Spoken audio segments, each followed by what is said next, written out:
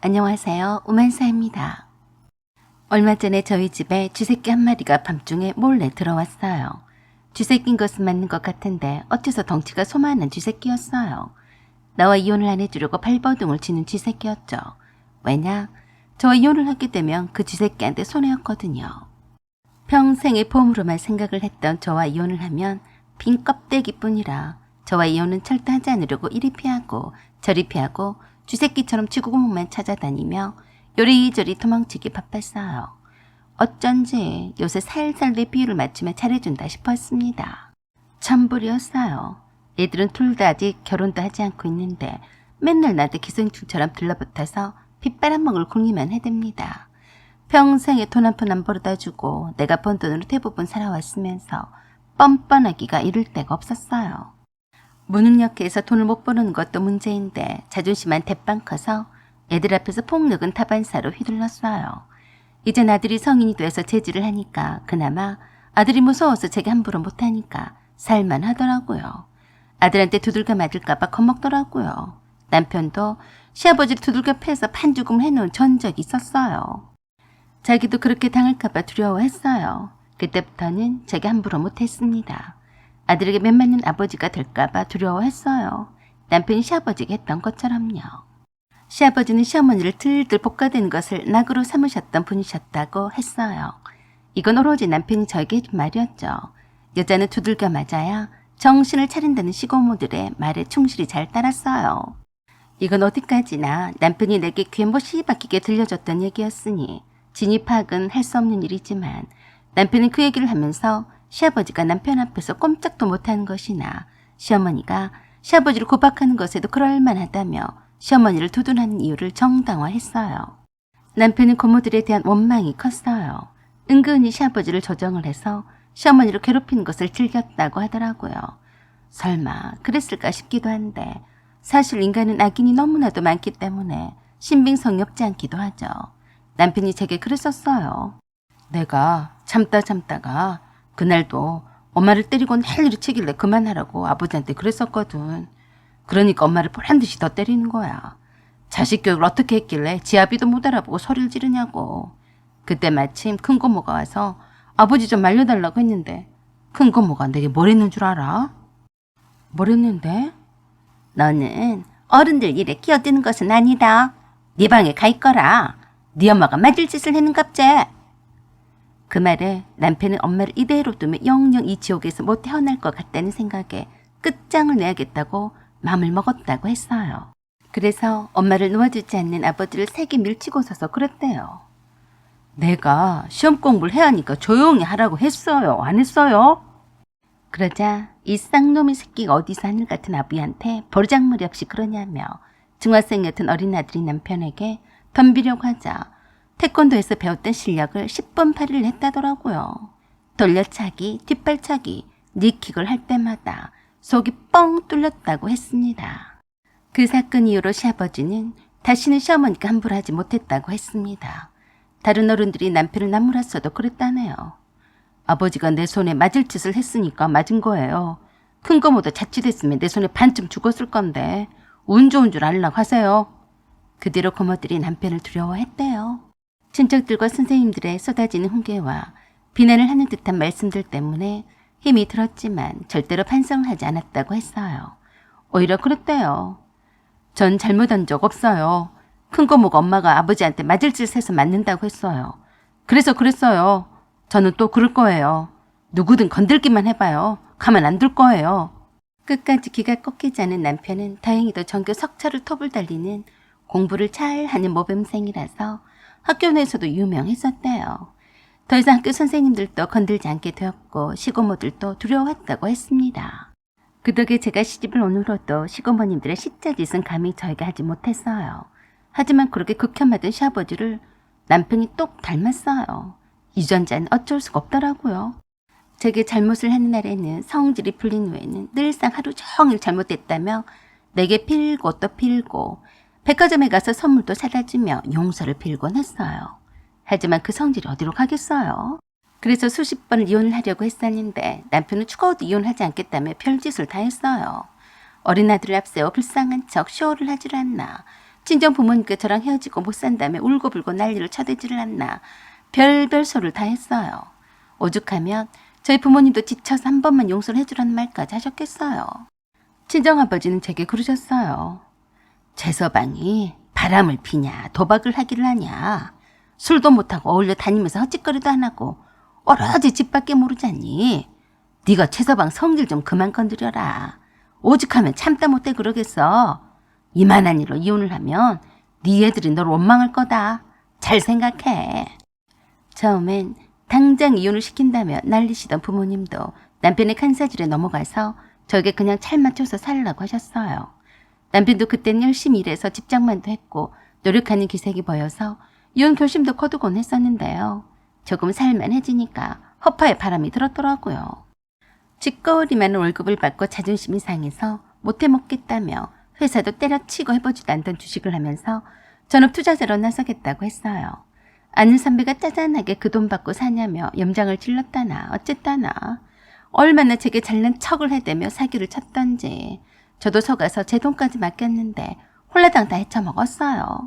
남편 허울 좋은 전업 투자자로 자처하면서 백수 건달처럼 제가 번 돈을 의지해서 살았어요. 남편의 아들이 다 큰 뒤로는 절대로 제가 함부로 하는 일이 없었기 때문에 그 일로 더 이상 이혼을 하자는 말은 하지 않았어요. 그렇게 30년을 뼈 빠지게 일해서 드디어 은퇴를 하게 되었는데요. 좋기도 하고 기다리던 은퇴였지만 더 이상 수입이 끊기게 되자 허전함과 불안함은 이루 말할 수 없었어요. 그때 남편이 제게 그러더라고요. 네 퇴직금은 나한테 투자를 하는 게 어떠냐? 그럴 줄 알고 은행에다 묶어놨다. 미쳤냐? 은행에다 돈을 갖다 바치는 바보 천치가 어디 있냐? 그 돈 빼서 나한테 넘겨. 너야말로 미쳤냐? 그동안 내 돈으로 잘 먹고 살았으니까 이젠 네가 나한테 생활비를 내놔야지. 내가 그 조그만한 돈으로 이번에만 3천만 원을 벌었어. 그런데 안 됐다. 은행에다 좋은 일을 시키는 너한테 내가 돈을 왜 주겠냐? 그래? 이제껏 내 돈으로 먹고 살았으면서 생활비를 한 푼도 안 내놓겠다 이거냐? 그러자 아주 얼척이 없는 말을 했어요. 넌 이제 주식 전문가가 다 되었어. 이제 저금 할만하니까 내가 돈이 있어도 너한테 줄 것은 하나도 없다. 그러니까 나한테 기대지 말고 네 먹을 거 네가 벌어 먹든지 네 퇴직금으로 살아. 네가 네 퇴직금을 나한테 주면 그때 생활비를 줄게. 어때? 완전히 나쁜 사람이었어요. 뭐? 나한테 받아먹을 땐 언제고 이젠 얻어먹을 게 없으니까 각자가 알아서 잘 살자 이 말이냐? 그래. 하다못해 마트 알바라도 해. 아니면 식당에 가서 서빙이라도 하던가. 못할 게 뭐가 있냐? 이젠 서로 각자가 알아서 살아. 대신에 공과금은 내가 낼 테니까. 그 말 진심이냐? 진심이고 말고 제발 좀 그러자. 명절 때 네 엄마랑 아버지한테 내가 드렸던 용돈은? 이제 내가 드릴게. 장모님만 네가 챙겨. 각자 부모님 챙기자. 그래서 제가 남편에게 마지막으로 그랬어요. 너는 천하의 못된 씨발 새끼다. 네가 벼락 맞는 꼴은 이 두 눈으로 꼭 지켜볼 거다. 그때쯤에 시아버지가 돌아가셔서 시어머님은 혼자 사시게 되었는데요. 시댁으로 시어머니를 모시고 산다며 도망갔어요. 제게 돈 주기 싫어서 도망을 갔던 거죠. 아직 애들은 자리도 다 잡지 않았는데 알아서 살라며 돈을 다 싸들고 집을 나갔어요. 사실 저는 속으로 쾌재를 불렀어요. 남편의 그 제안이 저에겐 더 이득이었거든요. 남편은 돈에 대해서는 잘 몰라요. 살림을 하는데 생활비가 얼마나 드는지도 모르는데요. 반면에 저는 시댁 행사에는 가지 않아도 되는 핑곗거리가 생겼어요. 땡전 한 푼 안 쓰기로 맘먹었거든요. 그 돈이 얼만데요. 제사도 패스, 명절 때도 패스, 보기 싫은 신우의 시어머니도 안 보니까 새로운 세상이 열리더라고요. 오히려 쌓여만 가는 것은 제 은행 잔고였어요. 아들과 딸과 함께 오붓하게 해외여행도 다니면서 즐겁게 잘 지내는 것이 남편에 대한 복수라서 열심히 행복하게 잘 살았어요. 그러기를 3년이었는데 쥐새끼처럼 밤에 몰래 들어온 겁니다. 조금은 예상했어요. 주식과 코인에 투자를 했던 것이 하루아침에 폭망을 해서 쪽박을 찼다고 들었으니까요. 어쩐지 그 며칠 전에 저를 간을 보려고 신우이가 저를 찾아오곤 했어요. 언니, 오빠랑 이렇게 남남처럼 지낼 거예요? 그건 오빠가 그러자고 한 건데요. 이혼을 하자고 하면 할 텐데. 내가 가만히 보니까 오빠도 언니가 아니면 다른 여자한테는 관심도 없어요. 다시 합치는 게 어때요? 왜 그래요? 오빠가 알거지가 된 것 같으니까 나보고 잘 먹여 살려라. 이 말이에요? 흠칫 놀라면서 그러더라고요. 그래도 애들 아빠잖아요. 그래도 오빠는 언니밖에 없어요. 다른 여자도 안 만났어요. 난 오빠가 이혼만 해줬으면 진작에 팔자를 잘 고쳤을 거예요. 이혼이나 하자고 전해요. 언니, 오빠 좀 살려줘요. 오빠가 엄마랑 내 돈까지 다 주식에다 꼬라박은 통에 빚만 남았는데요. 당장에 가스까지 끊겼어요. 언니가 일단 밀린 가스비라도 대주면 안 돼요? 내가 언니한테 가서 부탁해보라고 했는데도 낯짝이 없어서 말 못하겠다고 해서 대신 온 거예요. 나랑 무슨 상관이야? 웃기고 자빠졌네, 무지리 같은 것들. 아가씨, 사람 맞아요? 일 없어요. 나한테 돈 주기 싫어서 돈 싸들고 나간 사람을 내가 뭐가 쉬워서 빚까지 진 거지를 받아줘요. 당장 꺼져요. 아마도 보다 못한 신우와 샤머니까 남편에게 혼수를 둔 게 아닌가 싶었어요. 모른 척 철판 딱 깔고 밀고 들어가라고요. 한 이불을 덮고 자면 일정이 그리워서라도 못 이긴 척 받아줄 거라고요. 수준 낮은 것들이었어요. 택도 없었죠.